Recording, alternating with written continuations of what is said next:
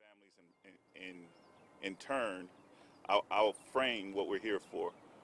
We were here, and we are here in Louisiana to demand certain outcomes, certain consequences for the murder of Ronald Greene, which is now in the public domain. There's more than enough evidence for decision makers, for elected officials, for law enforcement to take very specific actions that this family is demanding. Ronald Greene was killed May 10th of 2019. It has been 747 days since Ronald Greene's murder. And the question that we have as representatives of Ronald Greene's family is murder illegal in the state of Louisiana? If evidence of someone being beat, tased, tortured while handcuffed, to be mocked, where officers gather around and not only beat and abuse but conspire to cover it up, when that comes out in the open, what are the consequences in a state like Louisiana? And so we spoke with prosecutors this morning for Union Parish, who were the original prosecuting authority. Today, the Union Parish prosecutor has the authority to present this case to a grand jury on criminal state charges and seek indictments for the officers. To date, 747 days later, he has not done that. When we met with his office this morning, they encouraged us that they were just getting access to all of the evidence in the last 3 weeks, and that they are as quickly as possible going over the evidence so that they can present it to a state grand jury. And they reassured us that the Union Parish authorities would seek criminal accountability for these officers in due time. Time is well due. We are over time. We are 2 years later. And so their answers were frustrating for this family. It's frustrating to be told to wait just a little while longer as they gather evidence, as they review the facts, as they check with the authorities. In the state of Louisiana, like most states in the United States, if there exists probable cause that a crime existed, the prosecuting authorities, the sheriffs, the state police have not only the authority but the responsibility to take immediate and direct actions to ensure that criminals are brought to justice. Corey York, Dakota DeMoss, James Clary are criminals. They are on tape committing criminal acts. We know that their conspiracy extends beyond those three men, but those three men, at the very least, we are demanding their immediate arrest. We are not here for sympathy. We are not here for publicity. We are not here for conciliatory messages. We want action today. It's frustrating for this. We are not pleased with what we received from this legal apparatus so far. It's not only disappointing, it's unconstitutional. These men, to date, from the governor's office on down, are complicit in the denial of this family justice. We've heard it said repeatedly over and over again, justice delayed and is justice denied. We don't understand the reason for the continued delay, and so we are encouraging anyone under the sound of our voice, anyone within this jurisdiction, to join us here at 3 p.m. today as we demand from decision makers, from lawmakers, from the Louisiana executive branch, that they take immediate, specific, and the legal actions, the actions that they're required to take under the law to hold these men accountable. The time for cover-ups and for half measures and for excuses is well over. We have several strategies at our disposal. The governor has agreed to meet with the family later today, and we appreciate him making that concession. But we met with him before, and he was not honest with us. We met with the Governor John Bel Edwards before, and he did not take any action based on that meeting. In fact, he scolded this family for speaking about what we saw in that video. The Louisiana State Police has scolded this family for evidence coming out in a way that exposes them and puts them on a platform, and shame on them. And so when he meets with this family today, we're not interested in another apology or another hand-holding and kumbaya moments. We want to know what his office will do specifically today to take action to begin to remedy the extreme injustice that this family has been put through. Attorney Ron Haley, who's serving as our distinguished local counsel, continues to advocate using his contacts and resources within the department. Attorney Mark McGuire, along with the other attorneys that you see present here has diligently sought a civil remedy, gathering evidence, sharing the evidence that we have as it comes in. And we're going to leave no stone unturned. We're going to do everything within our power as individual citizens to ensure that Ronald Greene gets justice. But it is now time, the onus is on the executive decision makers, the people elected in this jurisdiction to do justice for the family of Ronald Greene. The next voice that you hear from will be Ron Haley, followed by Ron Haley. You'll hear directly from Ronald Greene's family, his mother Mona, his sister Janelle, and Alana, and we'll go from there. Mr. Greene. Thank you.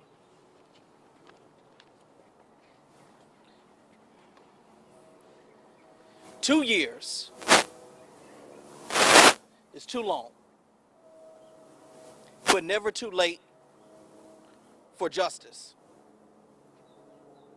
What we saw just a week ago was the murder of a man in the state of Louisiana that has gone unchecked, unpunished, no accountability.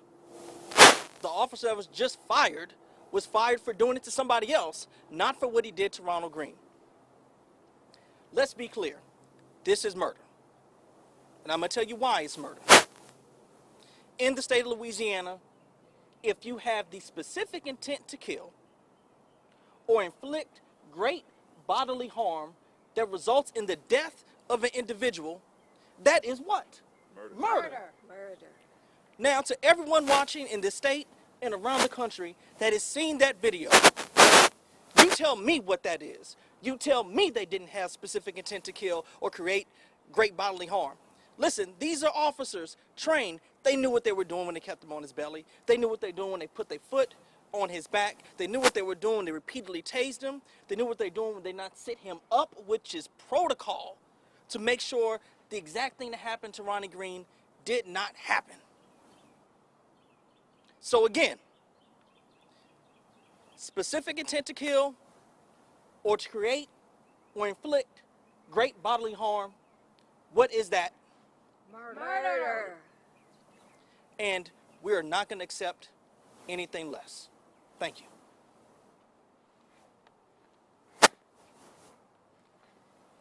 First of all, I just want to say that it hurts the hell out of me to even say my son was murdered. I just want to thank everyone here, the legal team I have, and everyone that it takes to organize this facade, this cover-up of murder. I want to thank everyone. I even want to thank the folks that I met there today, and even this time last year, September of last year. It's so disrespectful to the state of Louisiana to continue this, to run this through, hoping that eventually it'll lose traction. For some reason or other, it'll just die away, which is not going to happen. Because this is for my son. This is for a lot of what's been happening here, the cover-ups, the corruption. All I want to say is the narrative was controlled by them. By them, they all know who they are, from the state troopers on up to those who control them. These good old boys, those, whatever you want to call them. The narrative was controlled by them, and it can be even betterly or greatly controlled now. The fact that how it's happened and where we are now, they can control all this. It's up to them to do the only thing that's right. No one is above the law. Absolutely no one. I don't care which way they paint this picture. No one is above the law.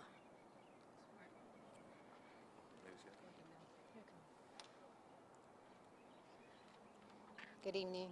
I'm Alana Wilson, the sister of Ronald Greene. And I just want to say that this has literally torn our family apart. We will never be the same. And our hearts not only ache for Ronald Greene, they ache for the other individuals who've lost their life by the hands of not only the state troopers, but local police officers and sheriffs around the world. So we want the state of Louisiana to do what's right. We're not stopping. We're not going backwards. We're going to continue to look under every stone that they've covered up. And we just want them to know we're going to follow the blood. And wherever it leads us, we know that God is the light and he's going to shine. Yeah, that's right. And we want to thank him in advance for the victory that we will consume in the midst of this horrific time. Amen. Amen. And we just know that few are calling. I'm sorry, many are called, but few are chosen. And this family was called for a time such as this. And we just thank God for what he's about to do, not only in the state of Louisiana, but throughout this world. Thank you. Amen to that. All right, at this time, we'll open it up for questions. And I'm sorry, are we good? You want to have a say? No? Okay, all right. Yeah, we want to open up for questions before we shut it down. We'll see you all at 3. Step forward and give us some sort of sense of a timeline that would make sense to you. Obviously, 2 years down the road here, I don't see any lawmakers here right now. They could obviously, they always talk about law enforcement and how important it is to them. Yeah. They could help out right now. Yeah. Just know that the failure to do justice in this case is on the state of Louisiana and its leadership. We've seen this happen before all around the country. When the tragedy that was Ahmaud Arbery came to light 74 days later, the state of Georgia, from the Attorney General, and by the way, Attorney General Jeff Landry has been absent, being completely silent on the murder of Ronald Greene. He is the chief law enforcement officer for the state of Louisiana, the person responsible for upholding the Constitution for all of his citizens. Nothing. He has said nothing to this family. It's not a partisan issue. So the Republican Attorney General in Georgia began immediately to take action, make arrests, take steps in response to the murder of Ahmaud Arbery. Similarly, Keith Ellison, the Attorney General in Minnesota, as soon as he learned of what happened to George Floyd, as soon as that video came out into the public light, his office intervened and they did everything that was in their power, and we saw immediate arrests. We saw immediate charges. The reason that we haven't seen justice in the state of Louisiana is because its leadership doesn't have a taste for justice. If they had a taste for justice, they would have made the arrest already. It is actually absurd that we're standing here 747 days later asking for initial arrests and then a presentation to the grand jury. It is a failure of leadership, a lack of leadership, and a lack of consideration. This legislative body has passed a Blue Lives Matter bill to protect police officers and their lives in the deadliest police culture in the modern world, in one of the most incarcerated strips of real estate in the world, in the most incarcerated nation on the planet. Louisiana leads the way for injustice, and so their commitment seems to be upholding a structure that was designed for the oppression of black communities. It was designed to justify the murder of Ronald Greene. What kind of timeline can we expect from these meetings? We're told it could be days. We're encouraged that it could be days, weeks before the initial arrest. We asked, could they get this case before a grand jury within 30 days, and they said not likely. What was the explanation that you were given for why it's different now than it was a year ago? You said you talked to the same folks in the Union Parish office, the same prosecutors. How do they explain why you're at the same place you are right now as you were a year ago? Well, the prosecutors claim that up until about 3 weeks ago, they did not have the entire file, that they are receiving additional evidence, as we all are, of a cover-up, and that now, as they're getting this additional information, they have to recalibrate to figure out who else is responsible for crimes. And we want them to figure out, we want the FBI and local prosecutors to figure out who failed at every level. But we do know that someone is dead. We know that that person died at the hands of Louisiana State Troopers officers. It was done on tape. They have more than enough probable cause to make those arrests if they had any inclination to do so. They had access to the video a year ago, did they not?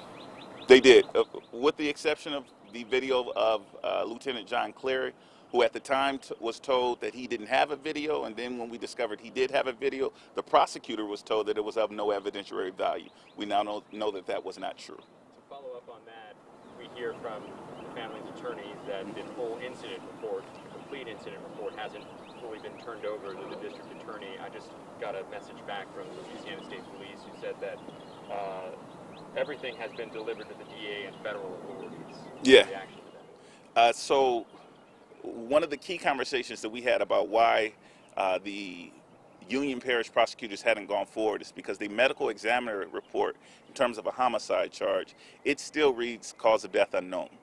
And the medical examiner was not able to complete their investigation because they were never provided a narrative by the Louisiana State Police. That was their excuse a year ago. 2 years later, we know that they have access to the narrative about what happened. We know that they have access to these videos. We were told today, sort of obscurely, that they were waiting for the state police to formally share the information with them that's out in the public, and that excuse is just unsatisfactory. And when you hear this from the spokesperson for the Louisiana State Police saying in plain, just directly, that everything's been delivered, the reaction to that? That everything's been delivered to whom? To the DA and federal authorities, according to the spokesperson for Louisiana State Police. Well, again, they're using slight of words, right? Everything today has been delivered to the prosecutor within the past 3 weeks, and they're saying now that that's just not enough time. We reject that. They have all the evidence that we all have now, and then some, and we feel like that is sufficient for them to begin at least to do their job. And just to follow up on what you were saying earlier, Lee, and what the family was talking about in terms of faith, you say that this state doesn't have a taste for justice, which is why we're all standing here today. So then, my question to the family is, what gives you faith that this is going to be different than another black man who was shot and killed, or killed and died at the hands Yes, please. of I want to say one thing. involved in his death? Ronald Greene's sister wants to answer that question directly, so I'm going to allow her to. Actually, I'll go ahead and let her speak, and then if I need to follow up, I will. Hi.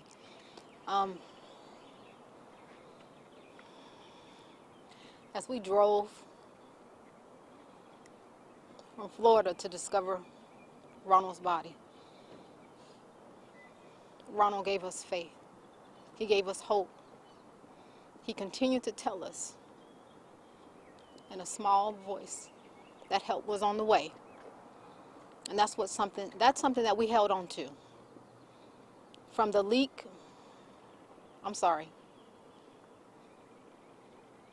from when he was brutally murdered in the streets,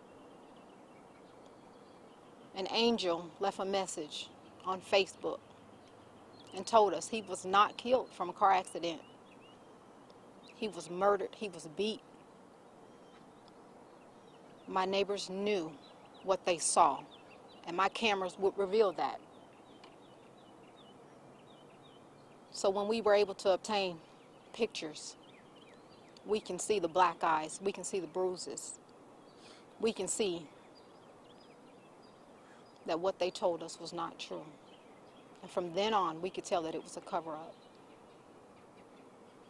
Them not even releasing the video, it was a leak. But we know that God doesn't make a mistake. We know that it's in His timing. That's right. And we just want to thank our mom for being the strong soldier that she is, that she gave us the fight, the strength to do what we know is right. And what we're going to do, we're going to continue to be our brother's keeper. And we're not going to only fight for Ronald. We're going to fight for others. To see how Jeff Landry has handled a former incident here with Alton Sterling, Baton Rouge. I mean, you have the same Attorney General here. Yeah. Guys. Yeah. And I have to be honest, when looking at the leadership in the state of Louisiana, like Jeff Landry and the governor, prospects for justice or swift justice is, of course, bleak.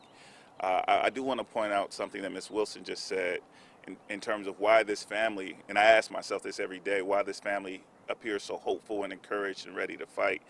And the answer is, who was in charge, right? Ultimately, Governor Edwards is not the one that's in charge. He's a public servant. Mr. Landry is not the person ultimately responsible. Although we've given him authority, he is also in a public service position. The people of Louisiana are in fact in charge. And if there's any encouragement to this family, just like it was a citizen of Louisiana who said what you are being told is not true, and I'm personally going to stand for truth and share that with you. We believe that people all over Louisiana and all over this country will stand up and demand justice, and the people are in fact in charge. And so we're encouraged not by the Louisiana state leadership. We're not discouraged by them either. We're encouraged by the resolve of the people of Louisiana, the resolve of this family, because ultimately we're the final decision makers and we demand justice. You mentioned briefly that you and the family have met before with the governor. You intend on meeting again. You also mentioned that he was dishonest the first time. How was he dishonest, and what's the plans for the meeting today? Well, the governor represented to us in our first meeting that he had not seen the video. I hope he was being dishonest. I hope that after a year and seeing the level of corruption within this department, that he took a personal interest and watched the video. Regardless, it was more his disposition towards this family. He didn't engage this family in a meaningful conversation about specific action at all. It was a ceremonial event where he sat down, said a few words to us, and then left the room. And then we were left to observe this video, which is the most horrific thing this family has ever seen. And one of the most horrific things that I have seen, and I do this every day, it was to drop that kind of bomb on this family without making a meaningful connection was heartless on the part of Governor Edwards, and shame on him. Hopefully he corrects that issue today. Yeah, talk about the intentions of today's meeting. Now we want to have a in-the-light conversation with Governor Edwards, where all the facts are on the table, and we speak to him about the authority granted to him by the people of Louisiana to take action. He can instruct the state police to make arrests in this case. He can speak with his leadership that he hired and order them to take very direct action. It's not unclear why the family traveled to Louisiana today. They can't come to see the men who murdered Ronald Greene in handcuffs. That's the only reason we're here, in case anyone missed that. That's within his authority to do. That's in Mr. Belton's authority to do. Anyone who is willing to deliver that first step for us is what we're looking for. And so when we meet with Mr. Edwards, that's the only thing that we're interested in talking about. Why he has failed to use his authority to do what he can to do justice for this family. What can the people of Louisiana do to help support your family during this time? We're asking for the people of Louisiana to show up at 3 p.m. today. We need a physical demonstration of the lack of consent of the people of Louisiana. And when I say lack of consent, it's again a legal principle. The authority of our governing bodies, they derive their authority from the consent of the governed. If the people of Louisiana will stand up and make phone calls to Mr. Edwards, the Governor Edwards, to Mr. Landry, if they would stand up and physically show up with this family, we're asking for families to be disruptive, and disruptive in whatever way fits their lifestyle. We cannot continue on it with business as usual. Someone was murdered. Someone died. He was a meaningful member of this family and this community. So we're asking everyone to stop, and not to do anything extraordinary, but then to insist that the law be enforced. And that's what the people of Louisiana can do with us today. And while we're standing here, I'm going to ask for the family of Marvin Scott to come up here. They travel all the way in from Texas. And they, like Ronald Greene's family, are dealing with the murder of their loved one, Marvin Scott, who died in police custody. And this is unfortunately the first time this family is meeting. And they too are waiting for a video to be released to the public that simply has not been released. And we just want to stand in solidarity with them and thank them for being here, demanding justice for Ronald Greene as well. Lee, with that in mind, because you have two families that share somewhat of the same story, what is it like going up against the apparatus of these states when they don't share video and they don't seem to be open and transparent as everyone else? Yeah, no, there are two different ways to deal with this, to deal with families who suffered from police violence. Is to treat them like enemies of the state and continue to victimize them as Louisiana has continued to do. And it's for people to stand up and say, I've been empowered by the people of my jurisdiction in the country to uphold the Constitution, and we represent you. And then for people to take that action. When we're treated like the enemy, and when we're ostracized and left in the dark, it doesn't allow the family a chance to mourn, to recover. It's an additional abuse against the family. It's causing additional injury and causing so much unnecessary suffering. Yeah. All right. Any more questions? I had one question for Ms. Hardin, but I think Please, she's busy. direct it to anyone. Yeah, we'll pull her up. Yeah. Mona, one more question for you, dear. Okay. One more question for you, dear. So sorry to put you away, I'm very sorry. grateful, but you mentioned last time you met with the governor that it was a sort of a more pomp and circumstance, ceremonial event. If you do only have limited time with Governor Edwards, what is the most important thing that you hear from him, and what would you like to ask him if you could hear that? The one thing is, I understand. I've come to realize the life we know that we have known in the past is not what we live now. And the fact that whatever goes on here is in the hands of a selected few, and he's one of them. And I just want him to know that he controls the narrative of this. And he needs to really, really have a heart with what's happening here throughout the state of Louisiana. My son is just one of thousands. I've said it before. But the thing is, we're talking about people who can control what's happening here, so we don't have to repeat this. Because if it doesn't stop with Ronnie or with other families, it'll just continue. Isn't the state of Louisiana tired of this? You know? Or do you want to continue giving those that you employ as state troopers and other police the authority to do what they want to do and get away with qualified immunity and everything else? That's what I want to say. Control what's going to happen as far as being, what can I say? I want to see someone with a heart who cares. That's all. That's all. Do the right thing. Thank you. Thank you. All right. I did want to give you all an opportunity. I know that you all may not be familiar with the out-of-state case, but if you all would like to speak with the family of Marvin Scott, I am going to ask his mother, Lysandra, to come forward. And if you all can just stand behind him, Marvin, if you can come up. And I'll tell you briefly again, if you choose to use this or not. This is the family of Marvin Scott. In March of this year, he was arrested for possession of less than 2 ounces of marijuana. He was suffering a mental health crisis, and he should have been taken to a hospital, but instead he was taken to a jail. And in that jail, he was sat upon by 7 police officers who beat, who choked, who put a spit hood over his head and restrained him until he died. That video of the incident still has not been released to the public, but 7 officers who were involved in his death have been terminated. And we are meeting with the Collin County, Texas prosecutor in order to get this case before a grand jury. This case has taken months, and we are frustrated by the timeline. We can't even begin to imagine if we end up where the Greene family is, where it's taken 2 years. And so I want to introduce Lysandra and Marvin and allow you all to speak with them and ask them questions as well, and why they're here to support the Greene family. Okay. Hi, my name is Lysandra Scott. We're here to support the Greene family as well. We have a tragedy as well. Marvin David Scott III was murdered on March 14th, and still we have no answers.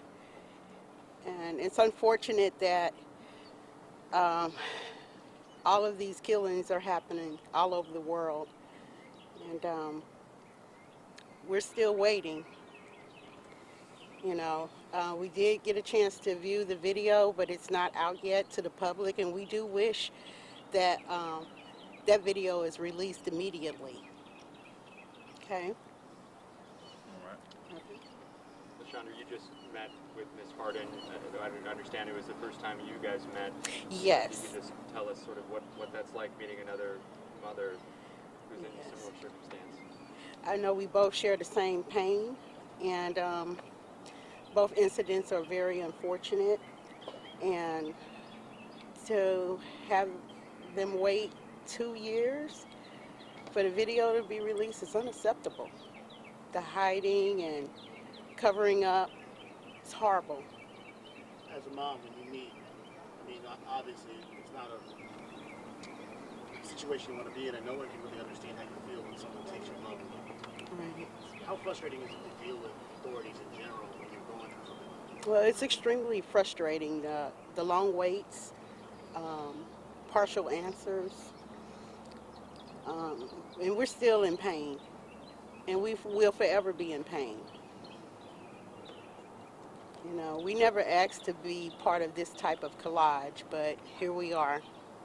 You know, What's keeping you going? prayer, praying for peace. Yeah.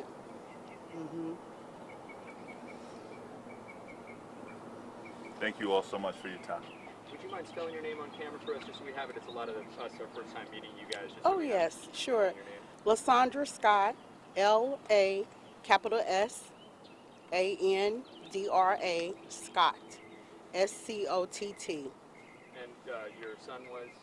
Marvin, M-A-R-V-I-N, David, D-A-V-I-D, Scott, the third. And then where in Texas? McKinney, Texas. McKinney, Texas. McKinney. Thank you so much. Thank you. Thank you. You're welcome.